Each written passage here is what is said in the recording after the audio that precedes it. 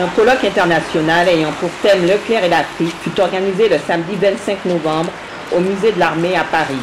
Dans le cadre des manifestations autour du 70e anniversaire de la mort du général Leclerc, le général Cuche, président de la Fondation Maréchal Leclerc de Haute-Cloque, et André Caspi, professeur émérite à Paris, ont présidé l'événement.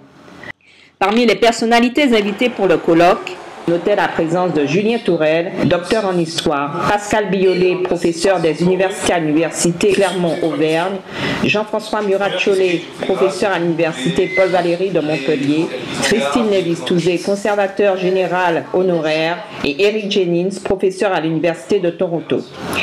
Eric Jennings a souligné l'importance des troupes africaines et de Félix Éboué dans la victoire de la France libre pendant la Seconde Guerre mondiale. Les professeurs qui nous viennent, non pas de France, mais de l'étranger, je voudrais maintenant présenter Eric Jennings, avec également beaucoup de plaisir. Donc, Eric Jennings est canadien. Il est professeur d'histoire contemporaine à l'Université de Toronto, au Canada. Il a soutenu sa thèse de doctorat à Berkeley en 1998, donc au chef dernier, pardonnez-moi. C'est un spécialiste reconnu de l'histoire coloniale française et il est en particulier l'auteur des ouvrages suivants: Vichy sous les tropiques, la révolution nationale à Madagascar, en Guadeloupe et en Indochine. Il a dirigé avec Jacques Cantier un autre ouvrage, L'Empire colonial sous Vichy. Et enfin, il est l'auteur d'un ouvrage très remarqué qui lui vaut en partie sa présence parmi nous aujourd'hui, La France libre fut africaine, ce qui complète, vous le comprenez bien, l'exposé de Pascal Biolay. Je lui laisse donc volontiers maintenant la parole. Eric Jennings va vous présenter le thème suivant: Leclerc et les troupes coloniales, recrutement et premier combat en Afrique. Je vous remercie beaucoup, mon général. Merci également à Christine Lévis-Touzé et à tous les organisateurs. Cette invitation m'honore. Donc effectivement, je vais rebondir sur le dernier propos pour vous parler un peu plus du contexte en Afrique équatoriale française et au Cameroun, et bien entendu du rôle de Leclerc dans les basculements, mais aussi dans la remarquable phase qui a vu ces territoires se transformer véritablement en base territoriale de la France libre, et puis en fer de lance de l'effort de guerre français libre. Donc voilà les territoires dont il est question actuellement, et cette vue d'ensemble nous rappelle une chose: c'est d'abord l'étendue des territoires en question qui basculent du 26 au 28 août 1940 dans le camp du général de Gaulle. C'est véritablement plus qu'une bouffée d'air, c'est soudain une légitimation de la position de la France libre. Souvenez-vous qu'avant ça, eh bien, le général de Gaulle n'avait aucune reconnaissance internationale, hormis celle personnelle de Winston Churchill, et du reste, il n'avait pas de base d'impôt, si vous voulez, et il comptait pour ses forces militaires et navales sur les volontaires. Là, tout va changer, il aura une base territoriale, grâce donc à la mission qu'il va confier, comme on vient de l'entendre de Pascal Biolay, à plusieurs hommes, dont Leclerc, Larmina, Péven, mais aussi Félix Éboué. Et donc, vous avez donc devant vous l'étendue du territoire de l'AEF et du Cameroun en orange. Cela nous permet de voir également qu'il existera de 40 à 42 une véritable guerre civile, avec une frontière terrestre entre la France du maréchal Pétain et la France du général de Gaulle, qui se situe donc en plein Sahara, et où on s'invectivait de part et d'autre. C'est la seule frontière du monde entre ces deux pouvoirs. Du reste, donc je le disais, c'est une étendue énorme. On va de la forêt première au Sahara, et surtout, comme le disait Jacques Soustelle, la distance entre la frontière méridionale et la frontière septentrionale de cette fédération d'AEF plus Cameroun équivaut à peu près à la distance entre les Pyrénées et la Russie. C'est donc un territoire absolument énorme. Bon, un petit zoom sur ce territoire nous rappelle un autre intérêt, alors même deux intérêts. L'un donc, je vais essayer de faire fonctionner le laser, voilà, réussite technologique. L'un comprend cet axe est-ouest qui permettra aux avions alliés de survoler le Tchad et de faire le pont, si vous voulez, entre un front occidental et un front oriental. Par ailleurs, vous avez donc l'appui du franco-belge qui lui aussi reste donc dans le camp allié, pour des raisons encore plus complexes, je n'ai pas le temps d'élaborer là-dessus. Et ensuite, vous avez surtout cette frontière avec la Libye mussolinienne qui va s'avérer être tout à fait capitale. On le sait grâce à la biographie dévouée par Brian Weinstein. On sait que en 1940, Eboué ne craint qu'une chose, c'est l'arrivée d'une mission d'armistice italienne à sa frontière. Donc ça va aussi jouer un rôle majeur. Tout ceci étant dit, comment est-ce que l'AEF va atterrir dans le camp du général de Gaulle? Alors c'est un long processus, mais ce n'est vraiment pas un processus démocratique. Les populations africaines ne sont pas consultées, les populations européennes du reste d'ailleurs, et je décrirai ces 3 journées qui ont été décrites comme les 3 glorieuses, un renvoi au XIXe siècle, comme véritable putsch mené par des représentants du général de Gaulle. Mais encore une fois, cela n'aurait pas été possible sans d'abord les 17 revolvers, l'appui technique des Anglais, l'assurance de l'écoulement des stocks et du ravitaillement du territoire, puisque ces territoires vont basculer complètement dans une nouvelle logique, dans une nouvelle orbite économique. Et pas seulement économique.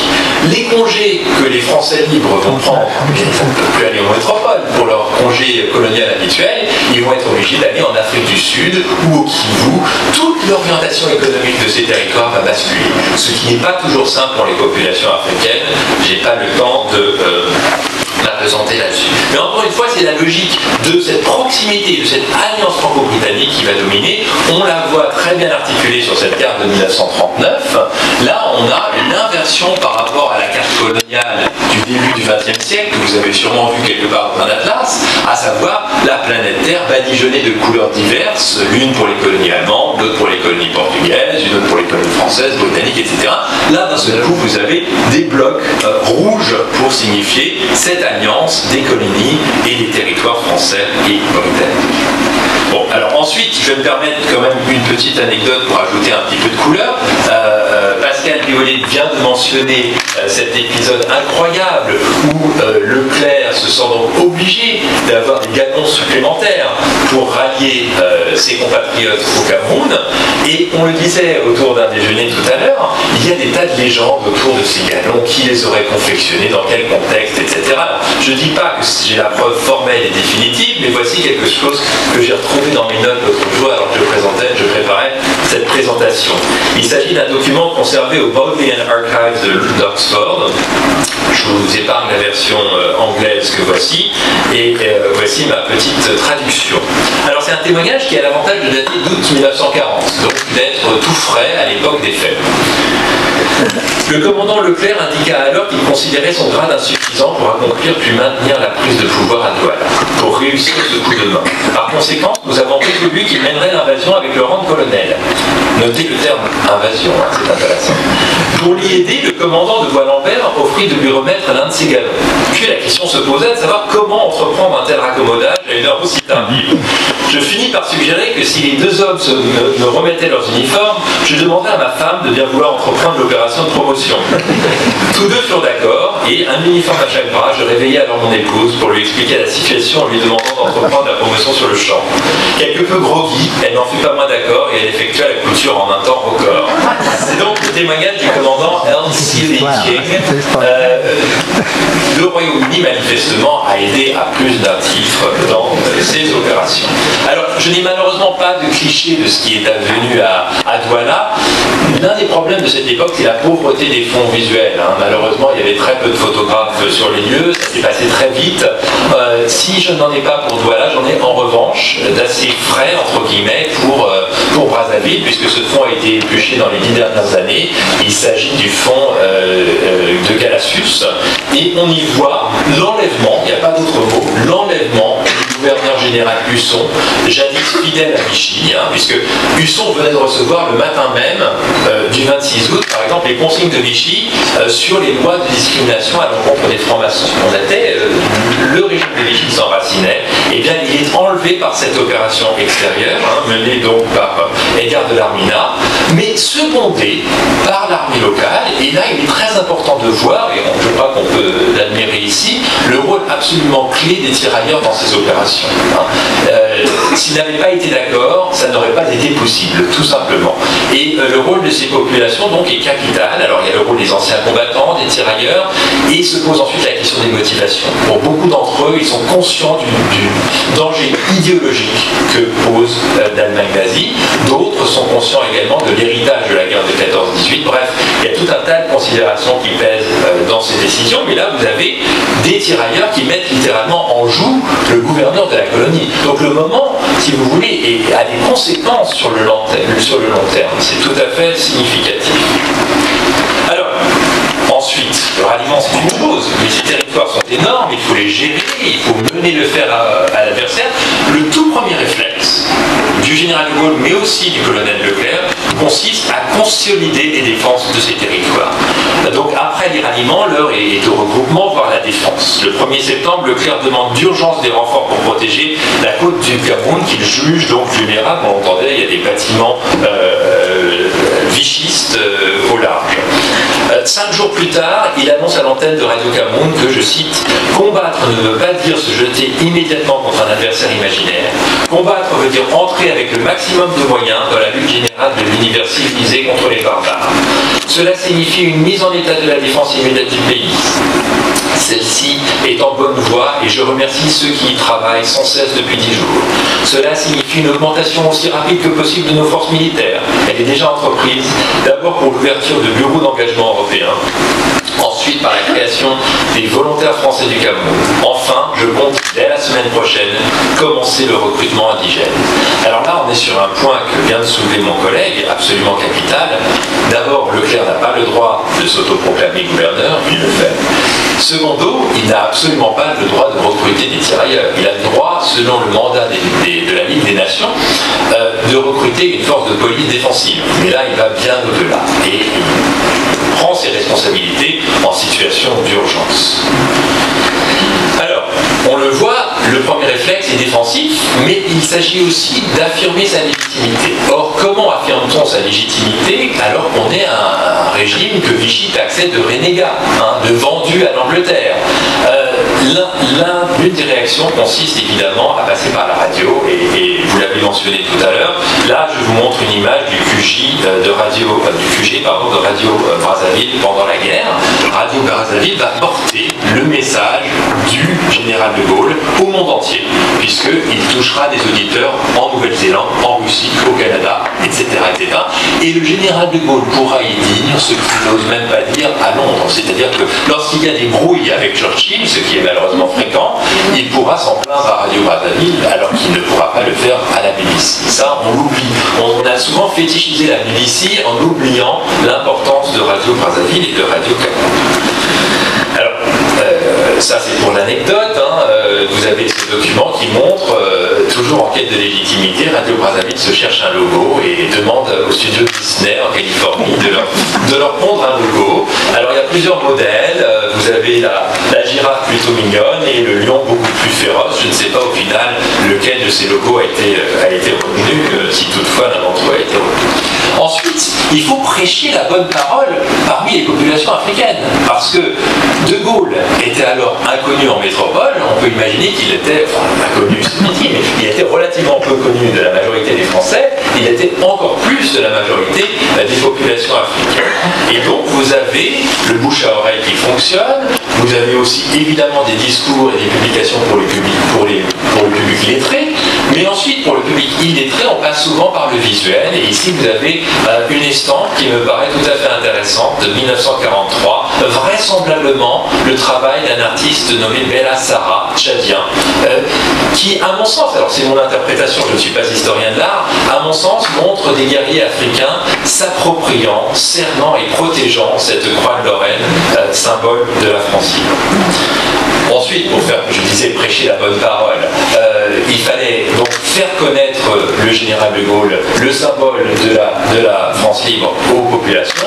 Ça passe aussi par cette toute première rue du général de Gaulle au monde, qui était donc à Yaoundé, et notez que à l'origine, elle avait été mal orthographiée. La personne qui l'avait dessinée ne savait pas qu'il y avait en fait deux ailes à De Gaulle. C'est significatif en vue de ce que je viens de vous dire sur la diffusion du message. Et ensuite, et là je ne vais pas pouvoir m'attarder dessus, mais il y a toute une appropriation de l'image et de la symbolique du chef de la France libre. Et là vous avez donc une statue du général de Gaulle.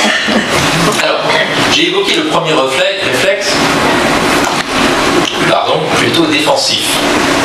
Et tout ça va changer du tout au tout en quelques mois, puisque venu octobre-décembre 1940, il sera déjà question de porter le fer à l'ennemi. Alors pourquoi le fer ? Eh bien, il y a plusieurs réponses, elles ne sont pas toutes évidentes.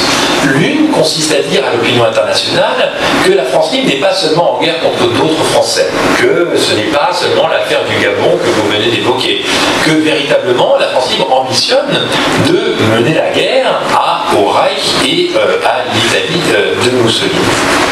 L'autre ambition, et là elle peut nous paraître plus abstraite aujourd'hui, c'est de faire basculer les territoires qui sont toujours sous la coupe de Vichy, de faire basculer l'immense AOF et l'Afrique du Nord en montrant les réussites de la France libre en matière militaire.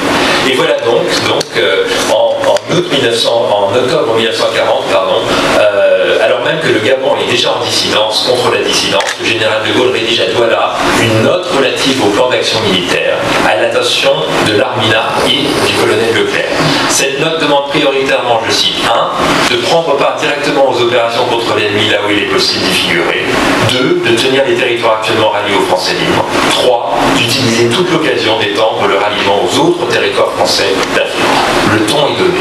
Et c'est donc en décembre que commencent les préparatifs de cette fameuse attaque sur Koufra, qui véritablement est un coup médiatique pour la France libre et lui permet de dire qu'elle parvient à triompher sous le commandement français libre. Alors, ceci étant dit, j'avais mentionné tout à l'heure que la France libre aurait préféré un autre territoire. L'AEF et le Cameroun sont souvent présentés comme, je cite, des cendrillons de l'Empire français.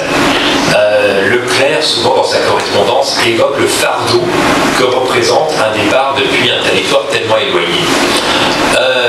Du reste, et ça on le sait grâce à un entretien d'un journaliste américain, Bill D. Hassel Davis, avec Leclerc se plaignait souvent des combattants d'Afrique subsaharienne, disant qu'il préférait nettement les magnifiques combattants du Maroc.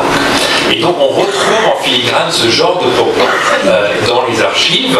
Alors là, je signale que dès décembre 1940, le colonel Leclerc indique au général de Gaulle qu'une troupe noire ne possède une réelle valeur que moyennant un Européen pour 10 indigènes. Et il confie plus explicitement encore au général de l'Armina, je cite, « Nous sommes littéralement encombrés de recrues indigènes, 1672 tirailleurs en excédent. Par contre, le déficit en cadre très important, européens et indigènes, sont énormes. » Et d'ajouter que François Ingold partage ses réserves et entre des problèmes, des dysfonctionnements en matière de recrutement. On constate que les effectifs de la France libre sont encore assez modestes jusqu'en 1943. Donc ça représente plutôt le tiers des Français libres, voire plus, à cette époque. Je parle sous contrôle de mon collègue, mais c'est tout à fait considérable. Or, comment se fait ce recrutement? Il y a plusieurs cas de figure. Alors, le premier cas de figure concerne donc les populations lettrées, souvent urbaines. Les cultivateurs, ils sont bien obligés de rester sur leur champ. Voilà. Donc, il y a toutes sortes de méthodes de recrutement, et je n'évoquerai que très rapidement la dernière, qui consiste tout simplement à demander au chef, eh bien, dans 2 semaines, vous m'apportez 300 hommes. Et dans ces cas-là, eh bien, effectivement, vous avez des protestations de la part de chefs, qui, effectivement, envoient parfois des sourds muets, et ça apparaît dans plusieurs rapports, des femmes. Et ils le font pour protester, non pas parce qu'ils sont au courant de ce qui se passe à Londres et qu'il y a maintenant une unité féminine des FFL, pour eux c'est plutôt un acte de protestation. Dernier cas de figure, et là on n'est pas dans l'immédiat mais sur le long terme, puisqu'on ne sait pas que l'effort de guerre, que la guerre va s'arrêter en 1945 à l'époque, c'est le recrutement des jeunes. Et là vous êtes devant un cliché du Britannique George Rogers, qui va devenir après-guerre un des cofondateurs de l'agence photographique Magnum. Je suis allé chercher ce cliché à New York. Et la légende de Roger indique en anglais jeune Camerounais jouant aux soldats 1941. Or, moi j'ai la preuve dans les archives d'Outre-mer et d'Aix-en-Provence qu'il y a en fait des groupes scolaires, des activités scolaires consacrées aux paramilitaires. On est déjà en train d'inculquer aux jeunes Camerounais ces valeurs martiales, et on voit dans cette image, alors certes les hommes de troupe entre guillemets sont très jeunes, mais ils sont munis d'un fusil de bois, et les commandants entre guillemets devant et derrière sont plus âgés, ils ont tous leur couvre-chef et bien entendu le fanion de la France libre. Notez par ailleurs qu'ils sont tous pieds nus, ce qui va être le cas de beaucoup de tirailleurs. Alors je vais vous montrer quelques images de ces tirailleurs. L'une des plaintes récurrentes de leur part, tant soit-il qu'elle remonte à la surface dans les archives, ce qui arrive rarement, mais on la retrouve de temps en temps, ce sont les plaintes liées primo à l'alimentation et secondo à l'habillement. Alors pour l'alimentation, il est très clair que la troupe européenne et la troupe africaine ne mangent pas les mêmes aliments. Et en matière de solde également, il y a de grosses divergences. Mais en dernier lieu, il y a le problème de l'équipement. On ne le voit pas puisque c'est une photo en noir et blanc, mais leur couvre-chef est rouge, ce qui évidemment pose problème dans la guerre du désert a fortiori, et ils seront équipés à partir de 1943 d'uniformes issus de l'armée américaine, et on le voit dans les rapports, ils sont absolument aux anges, ils en sont ravis, puisque désormais il n'y aura plus cette discrimination vestimentaire. Du reste, ils obtiendront enfin des bottes et des chaussures, puisque vous voyez sur beaucoup de ces clichés, ils sont pieds. Bon, très rapidement, ces troupes vont participer à tous les combats, et on l'oublie trop souvent, hein, je crois qu'il faut mettre l'accent dessus. Ces premières victoires sont des victoires d'unités majoritairement africaines. Regardez les chiffres que je vous présente ici. Alors, certes, Koufra, ce n'est pas la bataille de Stalingrad, ce sont de petits effectifs par rapport à ce qui va se passer plus tard, mais néanmoins, il s'agit d'une majorité de soldats africains sous les ordres de Leclerc. Et ils vont traverser quand même 1000 km de désert, c'est totalement rocambolesque, et ils vont évidemment cerner Koufra. Le reste, vous le connaissez sûrement. L'un des buts de la mission, je le disais, c'était de faire basculer l'opinion en AOF. Ça ne se produit pas. L'AOF demeure, ou du moins ses dirigeants demeurent vichistes. La guerre du désert entraîne toutes sortes de problèmes. Les Français libres sont confrontés à des problèmes matériels énormes. Ils supplient littéralement les Américains et les Anglais pour leur accorder plus d'avions. Les avions sont évidemment engagés dans la bataille d'Angleterre dans un premier temps, ce qui est une priorité absolue. Les malades et les grands blessés sont évacués à dos de chameaux pour refaire la traversée du désert dans l'autre sens. Les pneus que vous voyez ici sont très peu adaptés au désert, il y a des enlisements fréquents. Les conducteurs de camions font des actes véritablement héroïques. Une majorité de ces camionneurs sont d'ailleurs camerounais, hein, je l'ai montré sur mes statistiques, et là vous avez un chauffeur vraisemblablement camerounais en train d'effectuer cette traversée du désert. On oublie également que avant 1943 et le rééquipement des unités françaises libres, on est vraiment dans du bricolage en matière d'équipement militaire. Et ce cliché que j'ai donc déniché à Fréjus montre bien les limites de l'équipement matériel français libre engagé devant Koufra, puisqu'on est devant une camionnette avec une mitraillette montée dessus. Moi en tout cas ça n'inspire pas confiance, mais je ne suis pas militaire, je parle sous réserve des militaires. Tout cela va changer d'abord à Koufra, puisqu'il y aura une saisie importante de matériel pris à l'ennemi, et ces mitraillettes Fiat que vous voyez, encore une fois photographiées par le fameux Roger, et bien elles seront capitales pour les combats à suivre, notamment dans le désert de Libye, de Tunisie, mais aussi dans la guerre fratricide qui sera menée donc au Liban et en Syrie. Cet équipement sera absolument vital. Il y a bien sûr un home front, je n'ai pas vraiment le temps d'en parler longuement, mais les forces françaises libres mettent en place non seulement des permissions pour les soldats, mais aussi un système d'acheminement de courrier pour que les soldats puissent rester en relation avec leur famille, et surtout des moyens, des bourses, un financement pour les familles rester au front, rester chez elles. Et là vous avez donc vraisemblablement une épouse et son enfant souhaitant l'adieu à son mari qui part. Là, vous avez le point de départ des troupes françaises libres dans le désert qui vont affronter les troupes de Mussolini dans le Sahara. Nous sommes à Faya-Largeau. Notez encore une fois, encore un cliché de Roger, les jeunes qui regardent. Alors ceux-ci se mettent presque au garde à vue, tandis que celui-ci est manifestement un peu plus intimidé, probablement plus jeune également. J'évoquais les discriminations, elles sont de tout ordre. Alors évidemment, l'armée française n'en détient pas le monopole, l'armée américaine est bien plus ségrégée, il n'y a pas de sous-officiers noirs dans l'armée britannique à cette époque non plus. Il y a des sous-officiers noirs dans l'armée française libre, mais notez dans ce cliché que les noirs et les blancs se font photographier à part dans deux images différentes. Je le disais, ces troupes vont être de tous les combats. J'avais oublié de mentionner la Corne de l'Afrique, où elles vont également s'illustrer. Sur ce cliché toujours de George Rogers, on apprécie, je crois, le fait que les troupes soient non seulement coiffées de leur chéchia rouge, mais également pieds nus à l'entraînement. Félix Éboué se fait le relais de plaintes à la fois de tirailleurs et de sous-officiers noirs, et notamment parmi les sous-officiers noirs, de sous-officiers antillais qu'il doit connaître par ses propres réseaux. Donc on voit ce genre de plainte par rapport aux messes séparées, aux plats séparés, de tout ce qui est l'arrière. Pour l'alimentation, donc oui, je crois qu'il y a effectivement discrimination. Pour la photo des deux groupes de sous-officiers, il s'agit bien de deux groupes de sous-officiers, on est d'accord. Cependant, ils ont été photographiés à part. La question se pose également, alors j'ai pas eu le temps de l'évoquer, de cette espèce de seuil que ne parvenait pas à dépasser beaucoup de soldats pour devenir sous-officiers. Ça, c'est encore une autre question. Mais non, enfin, dans le propos, j'ai également mentionné, je crois, que les autres armées ne faisaient pas mieux, et d'ailleurs, l'armée britannique, hormis la Royal Air Force, à ma connaissance, n'avait pas beaucoup de sous-officiers noirs. Donc il faut aussi relativiser par rapport à ce qui se faisait à l'époque dans les autres armées de la Seconde Guerre mondiale. Alors, que va-t-il rester de cette épopée? Eh bien, mon collègue l'a déjà mentionné, au Cameroun, malheureusement, peu de personnes en savent quoi que ce soit. Je crois que notre intervention commune à Brazzaville a bien montré que les populations locales ne sont pas vraiment au courant du rôle capital qu'avait joué Brazzaville, puisque Brazzaville était la capitale de la France libre, et non Londres, de 1940 à 1943. Ça, je crois que malheureusement, les populations ne le savent pas. Je trouve assez surprenant, par exemple, que Brazzaville, qui a été la capitale de la France libre pendant 3 ans, ne soit pas représentée au même titre que d'autres villes, principalement métropolitaines. Voilà. Oui, ça nous partageons. Alors, il y a plusieurs raisons à ça. On va dire qu'il y a une mémoire désunie, diffuse, qui, dans l'après-guerre, a mis l'accent petit à petit sur la résistance intérieure plutôt que sur la France libre. Je crois que c'est un facteur.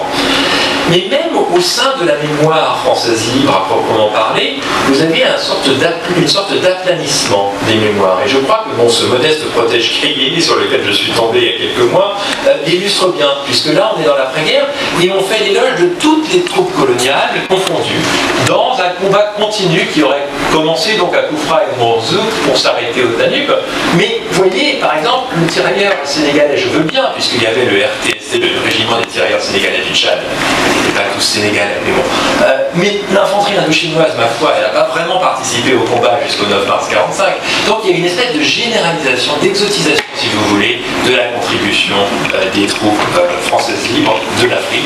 Il y a aussi le fait, reconnaissons-le, qu'il y ait très peu, par exemple, de membres de l'ordre de la libération qui soient issus de ces territoires, puisqu'il s'agissait de privilégier d'autres contributions. Tout ça est chronologiquement très sensible également. Les populations en question, eh bien, lorsque j'ai commencé mon travail à moi, en tout cas, malheureusement, beaucoup des anciens combattants étaient en train de vieillir, voire de décéder. Et le dernier tirailleur, alors là je compte sur un site qui est celui de Marianne II et qui peut se tromper, mais il semblerait que le dernier tirailleur qui ait participé à Koufra se soit éteint en 2011, donc je ne sais pas si vous confirmez. Voilà, je vous remercie beaucoup pour votre attention.